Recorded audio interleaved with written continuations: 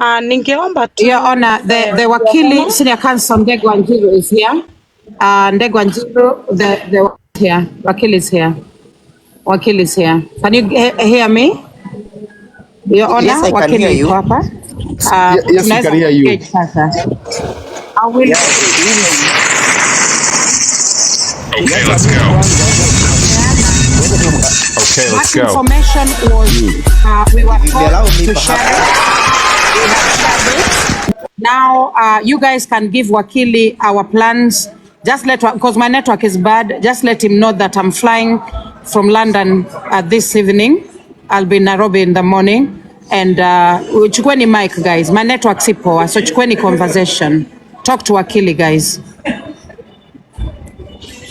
Big screen, tuongee na yeye. Okay, Your Honor, can I finish presenting and then welcome? I think unaweza endelea kama utuchukui muda mrefu, alafu tutaengage na Wakili Ndegwa Njiru. Okay, namalizia. So nishaelezea the people who are supporting Mr. Peter wanampeleka information from our platform, and then another person the owner of the van now, the owner of the van anaitwa Gachoka, ni mechanic, akona nini kubwa sana hapo White House, akona garage kubwa sana hapo White House, na bado anaishi White House Nakuru. So the second person ana support Peter is a person called Gachoka. Is a mechanic hapo White House na anaishi bado White House. Garage yake kubwa iko White House. And the same person is the same person alitoa 50,000 wakati Peter alikuwa ameshikwa, akatoa 50,000 ndio aweze kutolewa. So that was Gachoka mechanic. So guys, Gachoka and Elijah Mokorino, keep supporting this man. But I assure you, I'm coming for you. Mushajua that I have all the informations about you, and I have your phone numbers and where you are. Tutakuja kwa hiyo garage na tutabeba magari zote. So keep supporting this man. So the earlier, the better. Jiondoe. Anyway, mutaenda kuandikisha statement. Museme. DCIO, thank you very much. Your job was kutuletea kila kitu. Thank you very much. Now, guys, we are honored in this court. Wakili Ndegwa Njiru, welcome on board. This is TICC, TikTok International Criminal Court. It serves globally, worldwide. I'm the judge. The lady below there, the lady that you just spoke with, is the prosecutor of this highly respected court where justice is served. Now, Mr. Wakili Ndegwa, ujambo, karibu sana. Introduce yourself. Thank you. Thank you very much, my lords and my ladies and the members of the International Criminal Court, which appears to be the most active court at the moment, insofar as prosecuting heinous crimes against humanity is concerned. I am greatly humbled to have been granted an opportunity to address this distinguished court, and I can see the membership is quite big. I had the opportunity of weighing in yesterday. I listened to the entire proceedings. Unfortunately, I didn't have the opportunity to address the court. I was called by people as far from London, informing me that the court was in dire need of my services. And as a people's servant and as a social engineer, I made it my obligation to appear before the court today so that I can be of use to the members of the court and so that I can be of use to the members of the public. Perhaps I need to mention that this is one of the most progressive approach or platform that is helping our people resolve most of the challenges that are existing in our society as at to date.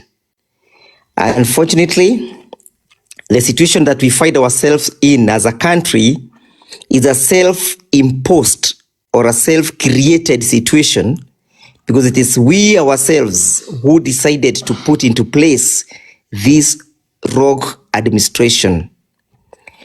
Having said so, it is therefore our obligation to make sure that we take it upon ourselves to remove from power, through constitutional means, this rogue administration. It's only a country that does not thrive and operate within the rule of law that can allow a person who has been accused of heinous crimes like of defilement and those other crimes that the pastor was facing, that can allow such a person to exist in the society without any sanctions being taken as against that person. When you see such kind of traits, what should ring into your mind is that the country has gone to the dogs, and the country has completely, the rule of law has completely broken down. When you see such kind of actions taking place, it should tell you and create a warning that we are on our own, and the regime that is in power at the moment cares not about the rule of law, cares not about the dignity of our constitution.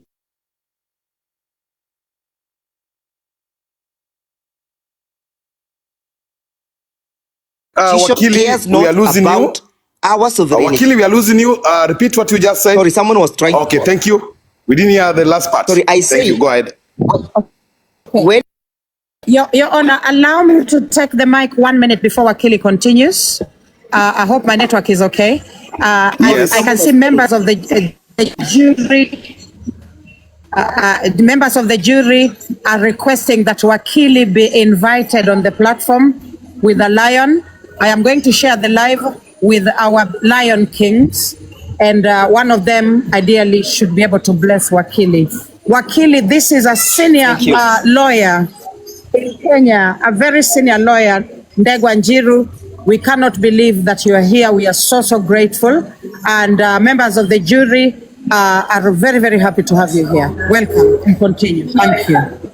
Thank you very much, Lady Justice. At the same time, Wakili, at the same time, the lion is one of the best things. So if you are in a position to open the camera so that people may see who is talking and who is receiving the lion, as you address this highly respected court in the land or in globally, worldwide. Thank you.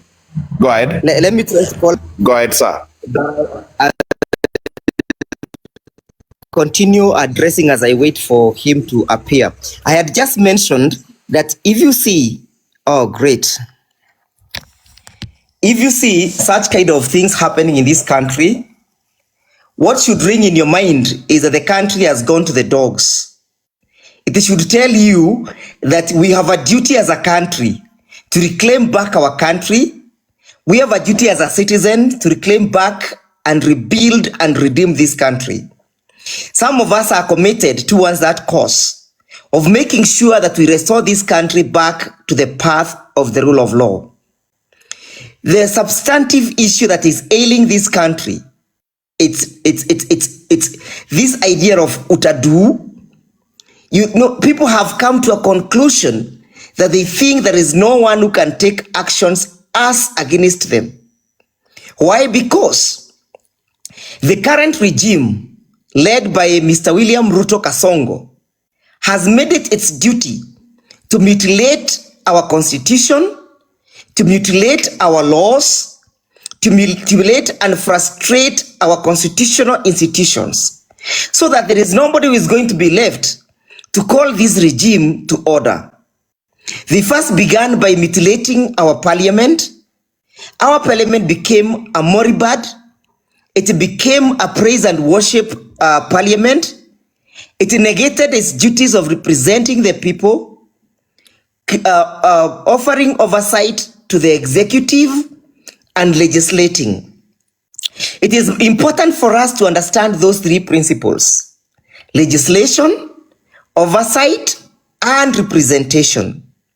Why are we here where we are? We are here where we are because the institutions in this country have been watered down by Mr. William Ruto. We are here where we are because Mr. William Ruto wants to remain as the only person or as the only most important thing or individual in this country. We are where we are because Mr. William Ruto has taken it as his duty to make sure that no one else is heard speaking or executing their constitutional functions other than Mr. William Ruto. Why do I say so? We began this journey last year when we realized that our country has gone to the dogs. We took the streets and Kasongo responded with fire, responded with water cannons, responded with tear gas, responded with bullets, instead of him asking himself, why are my people rebelling against me? It is akin to what happened in 1776 in the French Revolution, when the Queen, Marie Antoinette, heard that the people were revolting against King Louis XVI. Instead of her asking why people were revolting and addressing the plight of the people, she responded in a contemptuous way by telling the people, if you cannot afford to eat bread, go and buy cakes. That is exactly what Kasongo is doing to us today. Instead of him responding to our plight, he is becoming arrogant, is becoming unruly, is becoming abusive, he is becoming contemptuous on us. You know, he has lost all the tenets of a people's servant. And that is why we have therefore decided, and that's why you can see this court is in existence today, to exercise our power and our sovereignty to directly challenge Kasongo. To tell Kasongo, even where you think that you're going to mutilate our constitution, even where you think you're going to mutilate our institutions, we the people shall directly exercise our power to challenge your actions, to challenge your conduct, and to make sure that we hold you to account. For example, how is it possible that one individual can take 20 million Kenyan shilling and give it to an individual? We all know that Kasongo's salary per month is 1.4 million. How was he able to accumulate 20 million from his savings so that he can have enough even to award to these pastors? It tells you that whatever Kasongo was dealing with on Sunday are suspected proceeds of crime. And then how can we then be convinced to keep quiet, watch, and stare when an individual who appears in the name of a president trades or gifts proceeds of crimes to a Kenyan? It is our responsibility to call that individual to order. And therefore, what should we do as a people?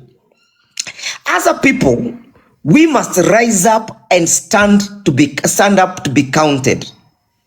I draw a lot of lessons from Daniel in the Bible. When Daniel was called upon by King Nebuchadnezzar to eat the food that the king had prepared, he stood to his ground and said, I am not ready to defile myself with the king's food. I refuse to feed this food. And subsequently, he was thrown to the den of lions. That is a similar situation we find ourselves in. There must be men and women who are going to rise up and say, we are not going to feed from the king's defiled foods. We are not going to be bribed to keep quiet. We are not going to be given jobs to silence us. We are not going to be intimidated to silence us. Even if you abduct us, you abduct my neighbor, you abduct my relatives, the rest of us who are going to remain must make sure that they speak from the loudest voice that we are not going to defile ourselves with the fins and the foods coming from the Kasongo's dining. That is a duty of a citizen. It's a solemn duty that we can have at the moment so that we can reclaim and redeem our country. Kasongo wants to silence us. That is why he has taken intimidation, threats, extrajudicial killings, and abduction as a means and as a ways of trying to silence us. Because he thought that by compromising parliament to keep quiet and sing its tune, that he would have mutilated its ability to oversight his deeds. However, he has realized that there has come an alternative voice of reason that is holding him to account for each and every deed that he undertakes. You might want to ask yourself, why are the members of parliament silent? Why would they not hold Kasongo to account to tell us, where did you get these 20 million shillings from? If the parliament doesn't do so, we shall exercise our power under Article 1 to make sure that we hold these individuals to account. Therefore, fellow comrades, my submissions as I pen off is to encourage you to continue doing what you are doing. You are doing the Lord's works. It is we who are going to remain. Again, I implore you to read the speech by Martin Luther King, I Have Been to the Mountain. When he was addressing the janitors from the state of Memphis, he made a very interesting observation from the Bible. He drew the attention of the Memphis janitors to the story of the Good Samaritan. And he was asking, and he gave them the analogy that when the robbers clobbered and beat that man, before the Good Samaritan came to rescue him, the Pharisees had passed by. They watched him as he bled. They watched him lying on the grounds, but they could not lay a finger and touch or raise to help him because they were in a hurry to go and worship in the synagogue. When the high priest also passed by, he saw the man lying on the ground, but could not help him because he was busy to go and offer sacrifices. When the Sadducees and the Pharisees also passed, they could not touch and help the man because they were in a hurry to go and read the Mosaic law. But there came a Good Samaritan who said, the Pharisees have passed, the high priest has passed him, the chief priest has also passed this man, and they have not helped him. Who is going to help this man if I do not take this opportunity and this responsibility? Is a high calling that we are being called upon. We, the Good Samaritans, if we do not rescue this country, if we do not take opportunity to rescue this country, who is going to take the opportunity of doing it? And therefore, you should not be intimidated. You should not be harassed. You should not feel like you're not doing the right thing. You are doing the right thing in God's kingdom. Let us all rise up. Let us speak. Those who can speak, let us speak. Those who can write, let us write. Those who can represent people in courts, let us rise up and represent those people. Those who can scream to the highest voice that things are not right in this country, let us do it. At least our voice is going to save a life. For example, how comes that we can live in a country where we are being taxed in the SHA scheme and the money is going to an individual's account? And when the Auditor General raises such kind of a patent issue, this guy from Sugoi, instead of responding to this issue, he's saying that wale watu ambao wanakasirika, I'm dropping, thank you. Wale watu wanaokasirika ni wale watu walikuwa wana benefit from NHIF. He can't even feel ashamed to say that those of us who are opposed to the scheme that is a death trap for our people, we are complaining because we're not able to benefit from it. Okay. Thank you very much, Senior Wakili Ndegwa Njiru. Now, I want us to go back to the main topic of this. That's our wise words. A lot of education there. We have to occupy. We have to do everything. But we have a very serious case here. That's why we called you here of one Bishop Peter Kimemia or Peter K. Now, I want you to guza juu. I want you to tackle that according to the law and what we should go if you can advise this court. Thank you very much, Wakili. Go ahead. I beg to be slightly briefed as to where the matter is, so that I can weigh in with an advice, if you don't mind, my lord. Very much, Wakili Ndegwa. Now, Madam Prosecutor has everything. If she can open microphone and at least brief you briefly. Thank you. So that we can remain on track. Thank you. Thank you, my lordship. Senior Counsel, Wakili Ndegwa, we have a very serious case of a very organized ring of I should actually call it a gang of men that are defiling and raping other men. I cannot use a better word than that, but it is an organized gang. A better word, I will help you, my able prosecutor, Madam Prosecutor, is called web. Yes. Mm-hmm. So it is a web, a very complex web of men actually doing the most atrocious things to other men. We have just presented evidence today in court. We presented a van that actually is literally brought to the scene of the crime by another man in order for a man to be taken advantage of, to be dragged and then taken advantage of. We've actually presented that in court today, Your Honor. And it's really terrible that we are living in a country where, you know, these men are the ones on the pulpit preaching God's word, you know, and then within the same churches, they are taking advantage of young boys and men. And then they're being covered by other men, you know. So it is so complex. We have so many men who have become victims of this particular fella. His name is Peter K. He calls himself a prophet.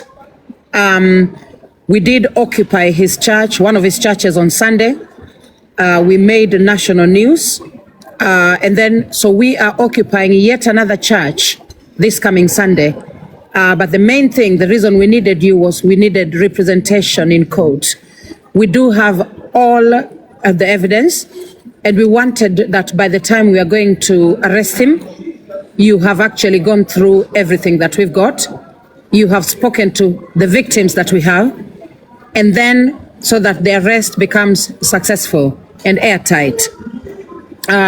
Senior Counsel, I do know that we already got what you call media coverage. It happened by surprise. We were quite surprised when all the media houses were broadcasting our stomp into Peter K's church on Sunday. However, we don't believe that we need more publicity for this case. So when I land tomorrow in Nairobi, I do believe we can talk about other means of giving this case the publicity that it requires. So otherwise, you can take the mic and advise us on the way forward. Our victims are here. Some of them, in fact, one of the victims, let me tell you, today he has been bleeding so much because he had to have surgery, corrective surgery, you know, on his I will use the right word, I don't have another word, anus. So that entire area had to be repaired because this man really mutilated another man. It was terrible, totally grotesque. So yesterday he did a lot of moving around. He was at the DCI headquarters, taking this there, taking that. He was literally gathering everything that he required, you know, for when the case begins. So today, he has told me he's not eaten for 3 days because these men now cannot even work. They have no means of getting food. And that's why when I came to this live, the first thing I told our people, please remember the victims. You know, remember the victims because they do not have money for food because they can no longer work. You know, they've become so immobilized that they cannot do anything. But this man, today, he's been bleeding, Senior Counsel Ndegwa. He's been bleeding severely. It's very sad what these men are going through. Take the mic. Guys, let us occupy in the comments. Let's occupy.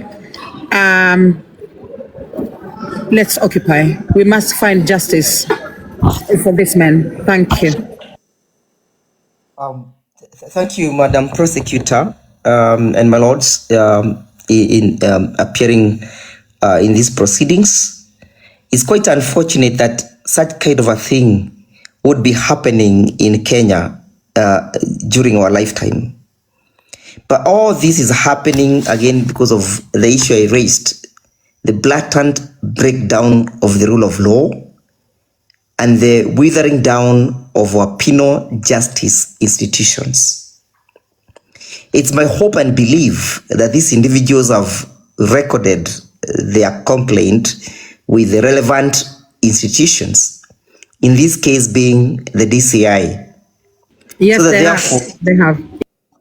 The DCI therefore can commence the requisite investigations with an idea, if they reveal the existence of a crime, then subsequent actions of having this person charged can ensue.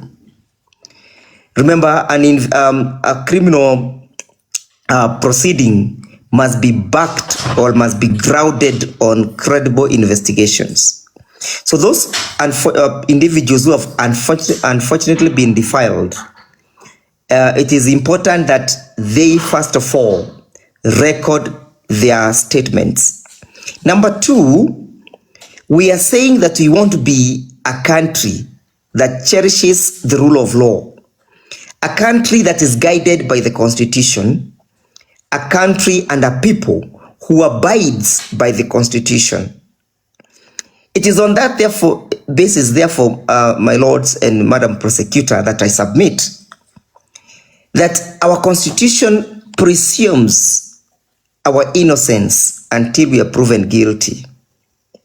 It is on that basis that we need to engage the requisite penal justice systems so that this culprit can be brought to books and he be granted an opportunity to also defend himself before the court of law.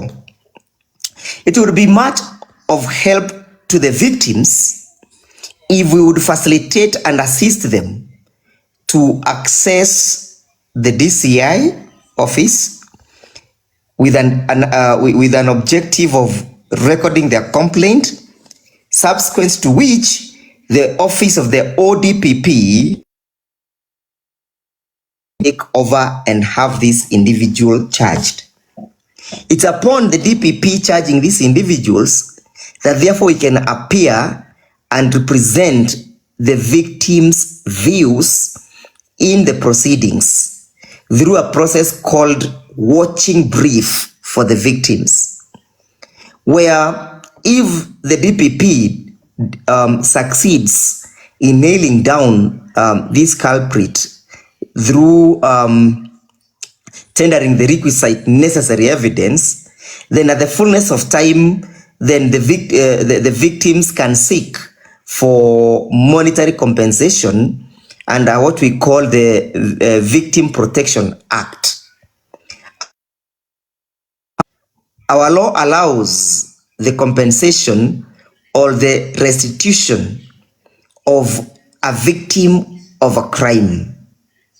Previously, a victim of crime would never be compensated, or he would never be reinstated to the status he would have been if he never suffered that, or if he was never a victim of that act. But fortunately, with the enactment of the new constitution, a victim can seek for compensation in a criminal case. So to be fair to the victims and to be fair to the suspect, we must allow the penal justice system to take its course. The noise that we are making is quite relevant, quite important, because it is calling those institutions to order. We must continue making this noise with a view or with an idea that it's only a court of law that will help us resolve that legal impasse. So, Madam Prosecutor, my lords, it's my humble submissions that we assist these individuals to record their complaint with the police. Then we follow up to see whether the file has been forwarded to the DPP for his recommendation and whether the DPP has recommended the charging of these individuals. But perhaps mention that under Article 157 of our Constitution that creates the office of the ODPP, having taken cognizance of a public interest matter such as this one, is mandated by the Constitution to instruct the IG to carry out investigations. I have not seen it. I have not heard from the DPP. I have not seen the ODPP writing to the IG to ask him to commence investigations. Since this is a matter of serious and grievous public interest, the other alternative is to write the ODPP and Article 157 asking him to authorize the Inspector General to carry out and expedite the investigations in respect to this case. I think that's all I need to say in respect to that particular issue, Madam Prosecutor, my lords, and I beg to rest. Much, Wakili Ndegwa. Now, here in TICC, we have a panel of senior counsels, and I will start with Peter Kioi to at least ask 2 or 1 question. Go ahead, Senior Counsel Peter Kioi. Okay, thank you so much, Your Honor. Welcome, Wakili. And in this matter, I have listened to you very well. I wish you to highlight on this point. Now that there is a court order that directs that Peter K to be arrested, how do we go about that? Thank you. My lords, I did not get my learned friend Mr. Kioi to say that the court has issued an order for the arrest, because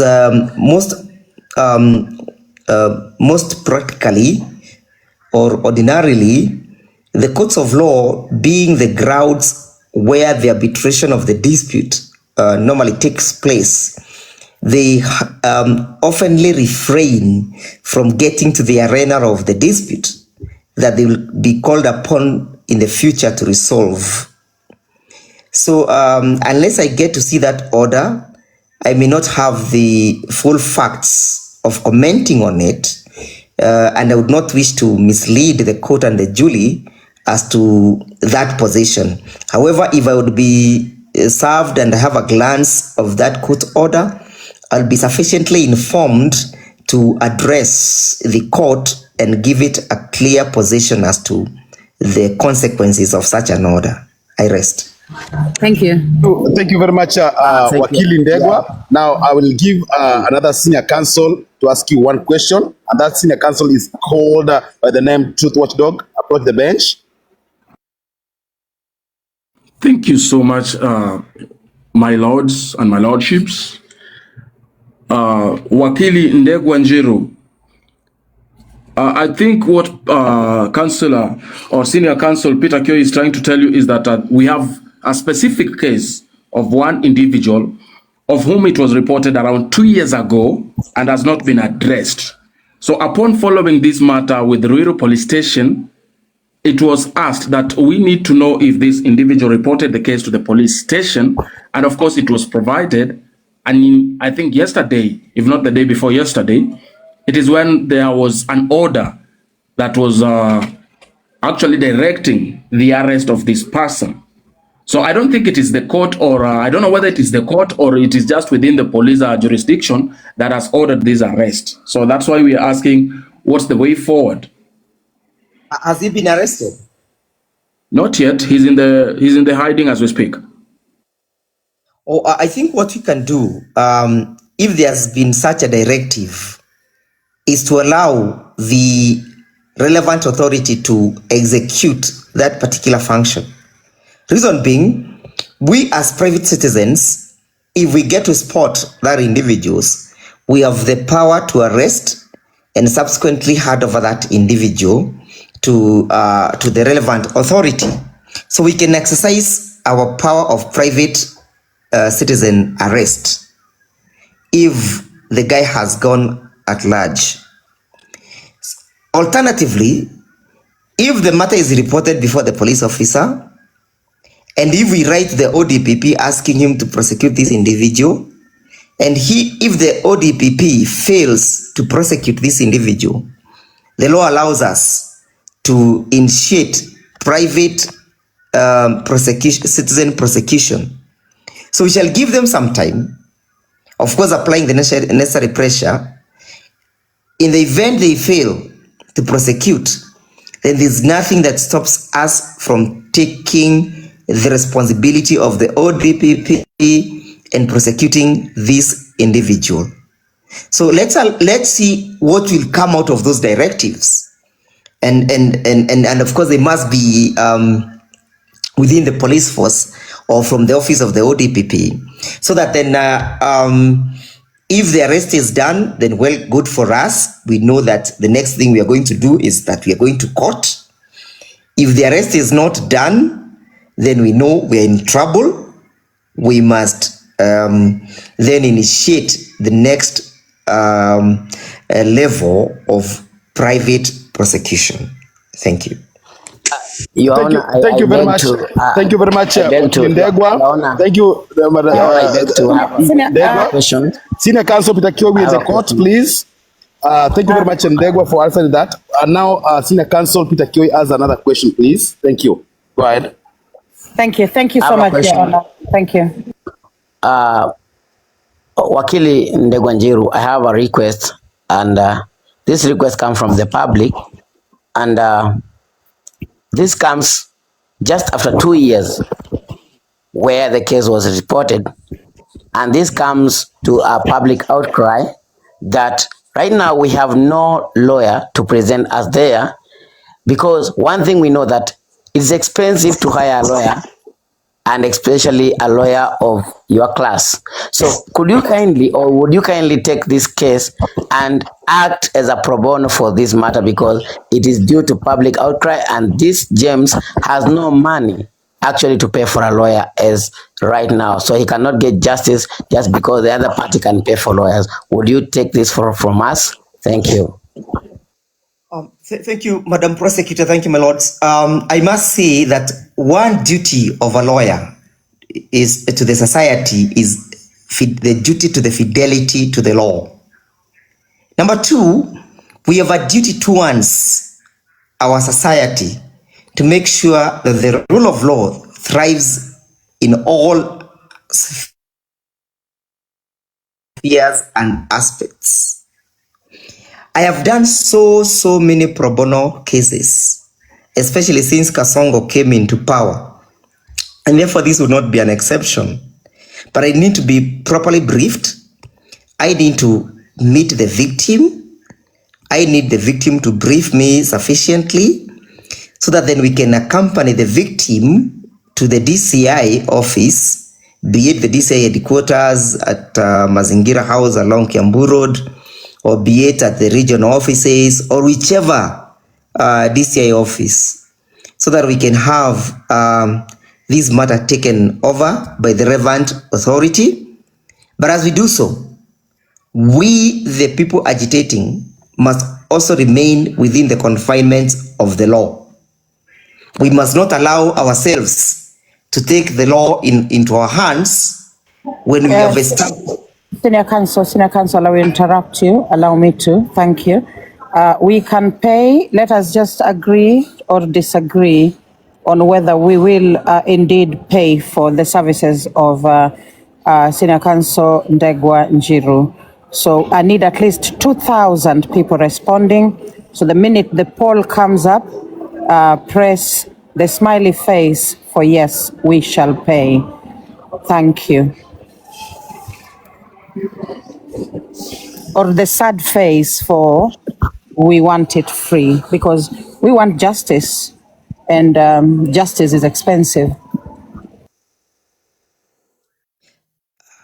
Madam Prosecutor, if you may allow me to weigh in. I Yeah, would so suggest you will allow just 1 minute so the public participate, and then you can continue, you can proceed. Yeah, you can proceed after that, Senior Counsel.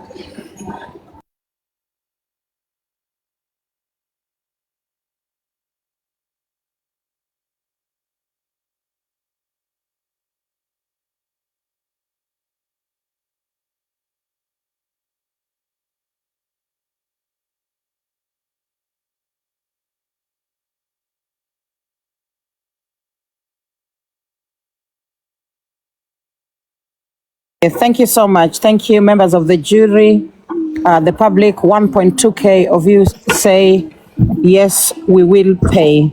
So Senior Counsel Wakili Ndegwa, kindly do not consider the pro bono request. Please talk knowing that we want to pay for your services. We do want to pay for your services. So kindly just tell us how we go about this. We want you to represent us in court. Thank you. Thank you, Madam Prosecutor, and I'm grateful for the good gesture from my brothers and sisters.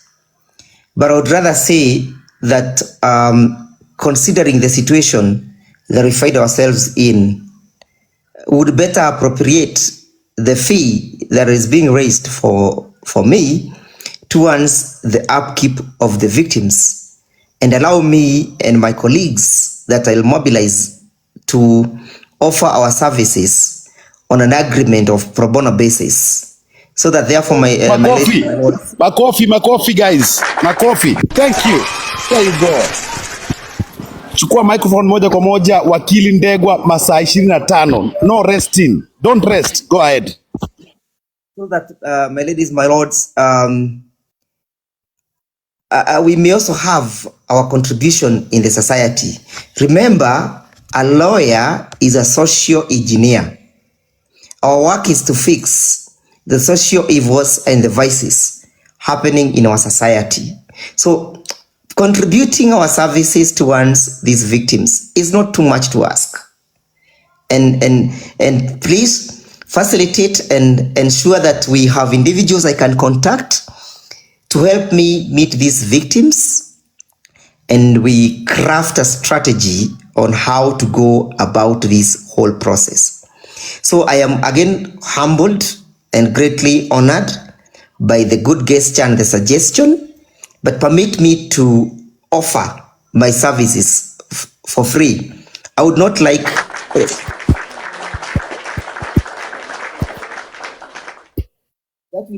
that will not make me or reduce the portion of ugali that is always placed on my desk or my table, or a glass of water or milk. We have done it before. Let us help these individuals so that we can show our people that it's not everything about money.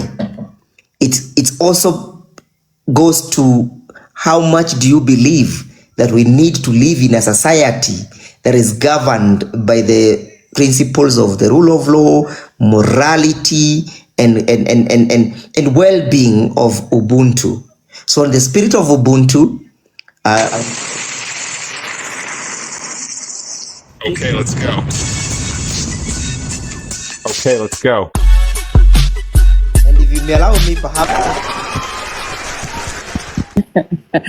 Thank you. Wakili, welcome to TikTok. Welcome to the TikTok High Court. Welcome. That was a big welcome from one of us.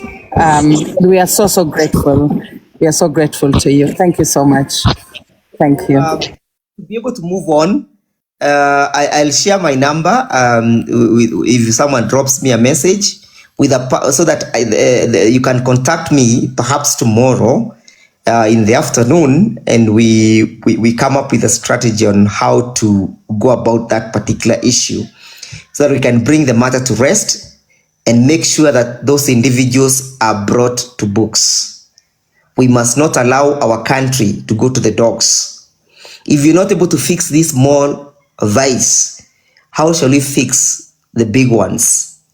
Thank you. Thank you, ladies. Thank you, ladies, my lords. Thank you, members of the jury. If you allow me, perhaps I would beg to retire.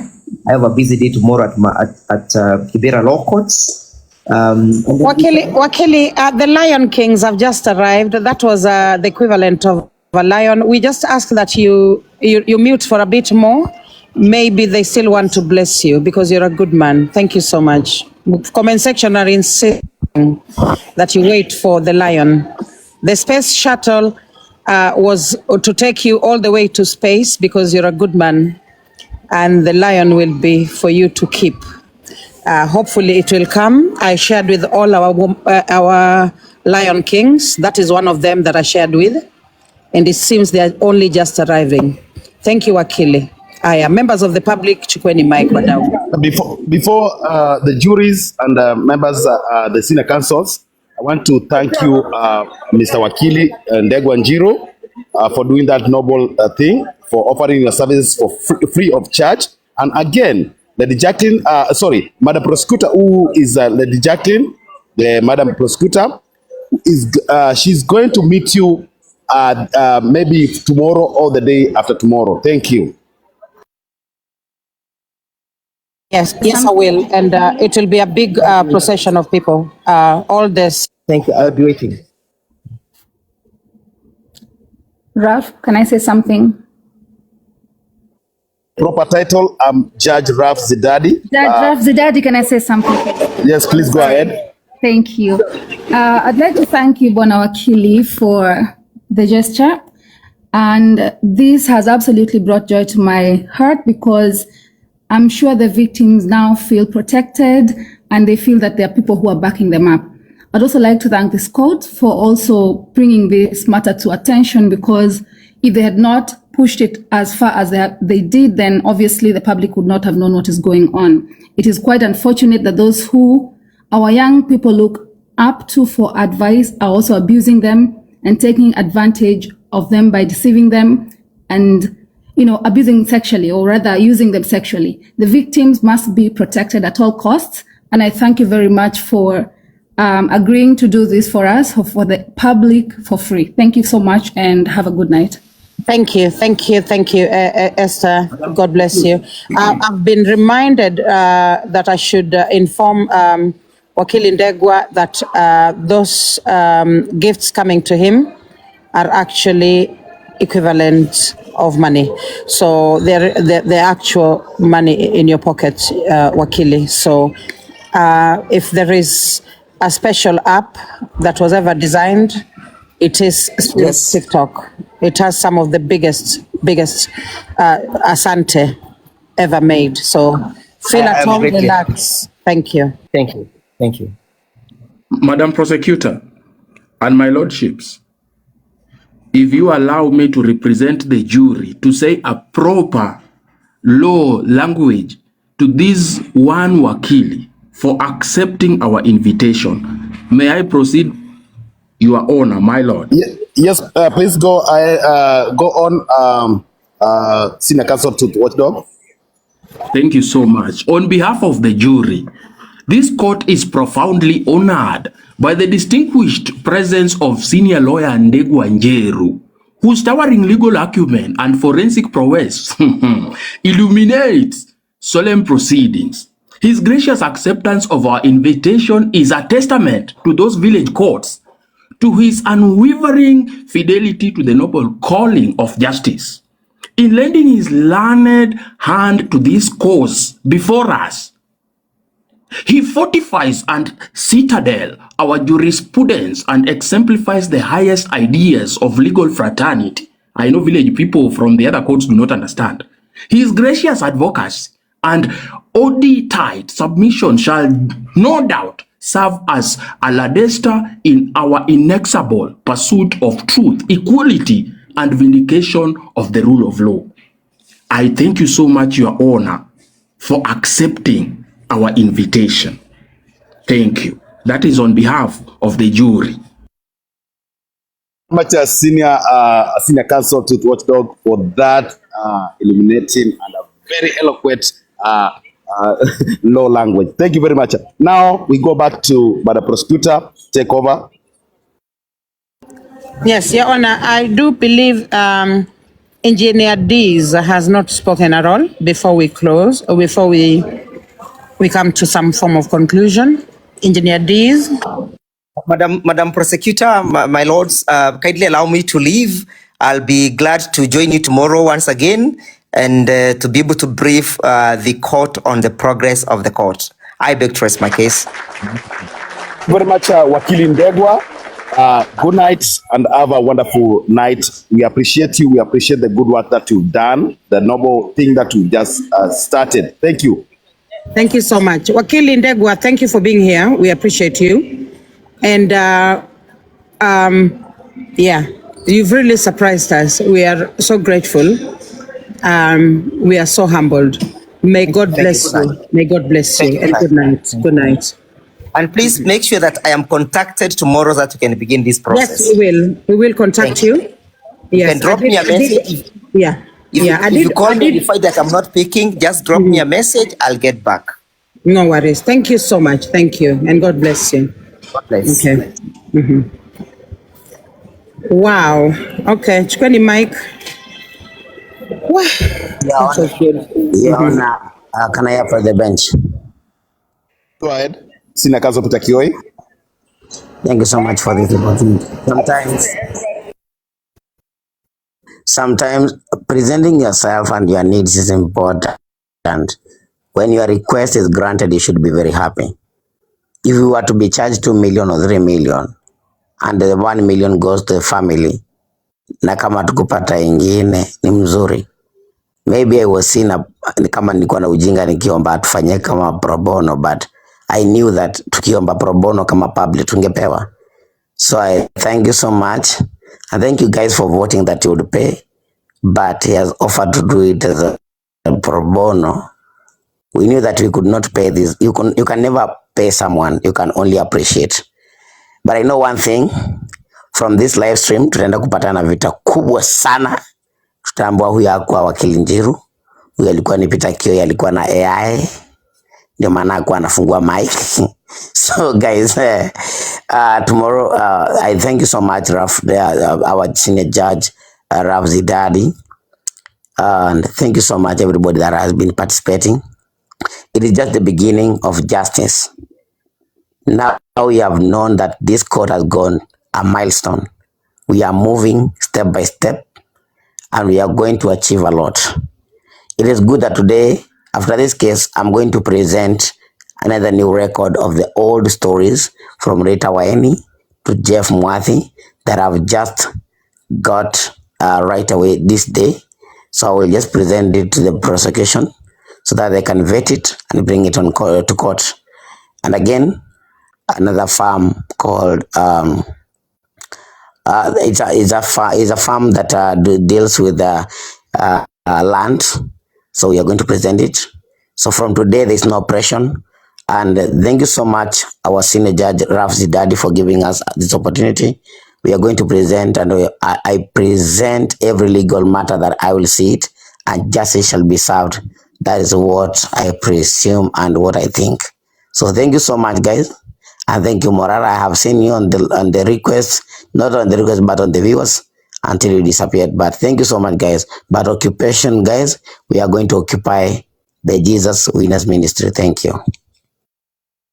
Thank you so much, Senior Counsel Peter Kioi. Judge, you want to say something before I talk?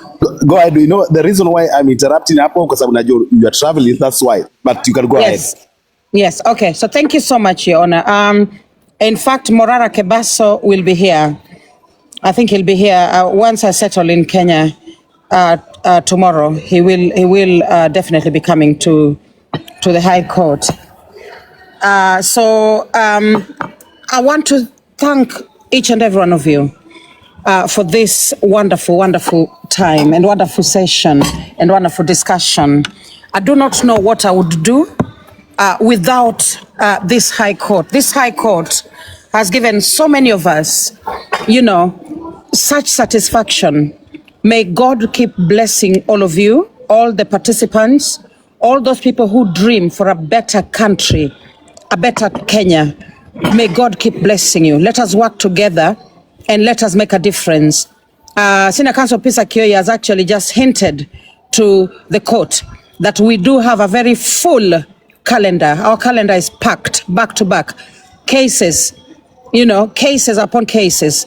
Today there was yet another case of another severely abusive, severely vile man who has also abused so many men. And that tells you there are way too many cases. And he's a very well-known man. And the victims also want to come to court. So it's just back-to-back cases. And we do not take that for granted. We thank you, everybody, for participating. Those occupying, God bless you, you are the heroes. Let us continue in our fight for justice, for the unknown, for the common mwananchi. God bless each and every one of you. Our able judge, Zidadi, take the mic. Thank you. Thank you very much, Madam Prosecutor, for that final words. Now, because we want to allow also our Madam Prosecutor to try to ajaribu kwenda asafiri vizuri. Leo tunawaangusha tukiwa watu 4,000 ndio mjue koti inaendelea. And we wish you all the best. Thank you for your participation, each and everyone. I want to thank this court. This is the only court in this land that oversees and demands for justice for everyone, where everyone is someone in this court. Thank you very much. Your Honor, before you drop, I had asked Morara to come and say hi, please, if you can allow him if he's here. Thank you. Let me find him. Let me find him. Okay. You can ask him to come again. Just call him and ask him to come again. And then the minute I spot him, I'll bring him up. But he is going to be talking to us before the end of this week. And I think this is the time I will say very, very boldly that we are also planning on hosting Kasongo himself. And to use a respectful word, we are planning on hosting the President of the Republic of Kenya. So I'm sorry, the cat is now out of the bag. The cat is out of the bag, but the President is going to be coming to our platform very, very soon to talk to TikTokers. Thank you. Your Honor, take the mic. So we are expecting this week that we are hosting the 4th President of Kenya, His Excellency William Samoei Ruto, in this platform, and the court is making tremendous approach on how to go about, and don't dare touch the dial. Hey, Thank you. Moto. Thank you. Thank you. And that day, any complaint yenye uko nayo, hiyo siku ni siku ya kuongea na kuongea yote ikutoke. That day, TikTokers will say kila kitu iwatoke. Your Honor, Thank you.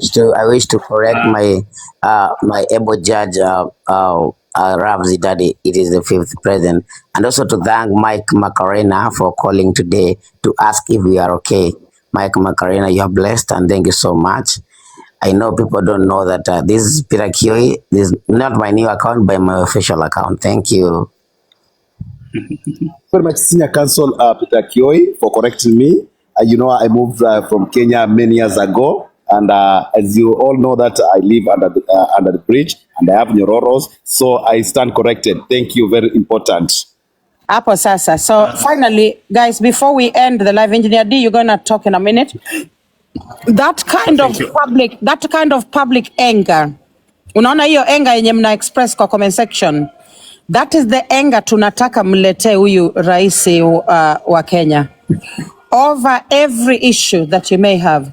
na siku hiyo tutaacha boxes mbili tu ya wananchi, because he needs to speak with TikTokers. He has spoken with X people on X. He had a very big meeting with our comrades Kule X, the former Twitter, and he has not had the same meeting here on TikTok. And being the #1 platform at the moment, this is where he is going to be coming. I have been working with people on X. Okay, I've been working with those watu wa X. I've been working with them. So hopefully very soon atakuja and we will get to talk to him. Na hatutafunga comment section, atajionea yeye mwenyewe, hatutafunga. Yeah, atajionea yeye mwenyewe. Thank you very much. Thank you very much. Thank you very much, Madam Prosecutor. I want there's something you forgot to tell the nation, this court, that kuna salamu zilitoka kwa baba, yani Raila Odinga. Sijui kama unaweza tuambia. That is a joke. I am a truth teller. No, there are no such things. There was no whatever. If anything, the temptation to bring Baba here, the temptations were very high. Lakini nikasema wacha nimalizane na Prezo, wacha nilete Prezo kwanza, ili Prezo sikatai kukuja kwa sababu nini? By the way, Your Honor, there's something. Your Honor, there's something that has hurt me. There's something that has hurt me, and I wish that I just put it out in it. Okay. I wish that this court should not be turned into politics, and that it is apolitical. Apolitical means that it has no political ground. That we stand as a court, we rule as a court, and we also give directives as a court, but no politics in this court. Because if we give politics a space in this court, we shall be divided, and we shall not have justice. We shall remain to be political. But right now we need to stand as a court. No biasness, no politics aside, and we should not take any side in politics. Let us remain apolitical. And any leader who wants to come here just to rule or to guide us in terms of politics, just put them down. We don't care about them. Just remain like this. This Macarena has been here and he has never brought politics in this court. Let us remain like that. Thank you. Council Peter Can I Kioi. say something? Yeah, if I'm excused, yeah? We have order here.